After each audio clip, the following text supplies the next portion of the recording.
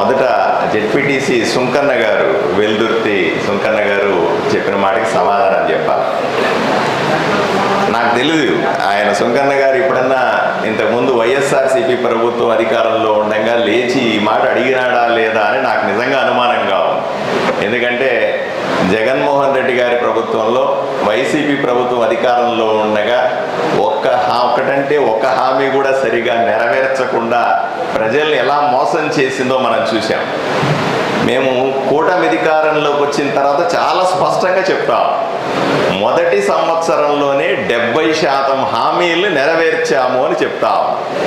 అన్నీ కూడా అంతెందుకు వీళ్ళు చెబుతున్నటువంటి అన్నదాత సుఖీభవ కార్యక్రమాన్ని కూడా నెల రోజుల లోపల పూర్తి చేస్తామని చెప్తా ఉన్నా. సరే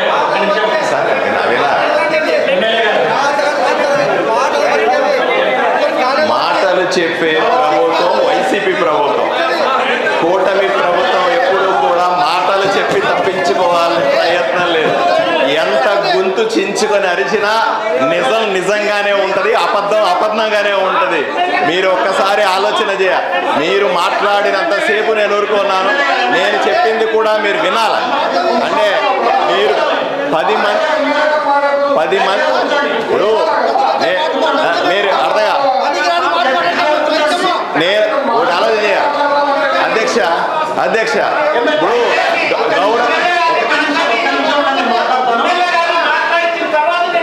ఒక్క నిమిషం. ఇప్పుడు అధ్యక్ష, గౌరవ జెడ్పీటీసీ సభ్యులు ఆరోపణ చేశారు కాబట్టి నేను దానికి వివరణ ఇచ్చుకోవాల్సిన బాధ్యత కూటమి ఎమ్మెల్యే మీద ఉంటుంది. స్పష్టంగా ఆయన తప్పుడు సమాచారం ఇస్తా ఉన్నాడు ప్రజలకి. తప్పుడు సమాచారాన్ని ఒప్పుకునే పరిస్థితుల్లో కూటమి నాయకులు ఉండరు. నా పాయింట్ మీరు అర్థం చేసుకోవాల్సింది. ఇప్పుడు ఒకరు రాజకీయ పరమైన ఆరోపణ చేసినప్పుడు, మీడియా సమక్షంలో చేసినప్పుడు, తప్పు చేసిన వాళ్ళే ఆరోపణ చేస్తున్నప్పుడు ఆగాలి. అధ్యక్ష, మీరు మాట్లాడితే రావాలి, నాకు టైం ఇవ్వాలి. మీరే మాట్లాడి డామినేట్ చేస్తానంటే ఎలా? అలా కూడా కుదరదు. ఎందుకంటే మా పాయింట్ మీకే చెప్తా ఉన్నాను, నేను వాళ్ళకి చెప్పాల్సిన అవసరం కూడా ఏమీ లేదు. ఒకటే, ఇప్పుడు మీడియా సమక్షంలో ఇంత పెద్ద హాల్లో అధికారుల ముందు తప్పుడు సమాచారం చెబుతా ఉంటే నేను ఒకటే ప్రశ్నిస్తా ఉన్నాను, వ్యవసాయ అధికారి కూడా ఎక్స్ప్లెనేషన్ ఇవ్వాలి. జగన్మోహన్ రెడ్డి గారు ముఖ్యమంత్రిగా ఉన్నప్పుడు, వైఎస్ఆర్సీపీ పరిపాలన ఉన్నప్పుడు కరువు మండలాలు చేయమంటే ఎందుకు చేయలేదు?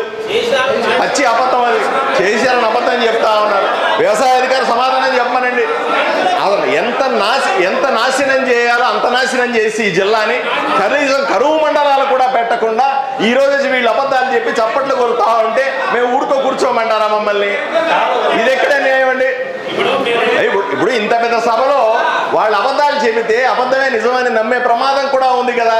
వాళ్ళు జిల్లాను నాశనం చేసినారు, ఇది నిజం. వాళ్ళు చెబుతున్నది పచ్చి అబద్ధం. ఈ రోజు ఎన్డీఏ ప్రభుత్వం 1 సంవత్సరంలోనే అన్ని నెరవేర్చామన్నది నిజం. వాళ్ళు చేస్తున్న ఆరోపణ అబద్ధం. ఇది వ్యవసాయ శాఖ అధికారి కూడా చెప్పాల్సిన అవసరం ఉంది. ఇంతటితో నేను ఆరోపణ గురించి ముగిస్తాను అధ్యక్ష. నేను మిగతా విషయాలు మాట్లాడాల్సింది, ఎందుకంటే ఆయన నన్ను టెంప్ట్ చేశాడు లేపి మాట్లాడాల్సిన తప్పని పరిస్థితిలో. లేకపోతే నా పని ఏదో నేను చేసి నేను ఎవరి జోలికి వెళ్ళేవాడిని కాదు, నా జోలికి వస్తే వదిలేవాడిని కాదు. ఆ క్లారిటీ ఉండాలి. సరే, ఇప్పుడు ఒకటి చెప్తాను, పోనీ అంత చెప్తున్నారు కదా, వీళ్ళందరూ కూడా అయిపోయిన తర్వాత బహిరంగ చర్చకు సిద్ధమా? నేను సిద్ధంగా ఉన్నా. వాళ్ళు రమ్మని చెప్పండి. రేపు ఇదే మీటింగ్ అయిన తర్వాత బయట బహిరంగ చర్చ చేద్దాం మీడియా సమక్షంలో. ఎవరు ఏ ముఖ్యమంత్రి ఈ జిల్లాని నాశనం చేసినాడు, ఏ ముఖ్యమంత్రి వచ్చిన తర్వాత 1 సంవత్సరంలో ఈ జిల్లా బాగుపడుతుందనే చర్చకు నేను సిద్ధంగా ఉన్నా. బహిరంగ సవాలు విసురుతా ఉన్నా. దయచేసి దమ్ముంటే బయటకు వచ్చి నాతో సవాలు విసిరి చర్చించాల్సిందిగా మిమ్మల్ని అందరినీ కోరుతా ఉన్నా.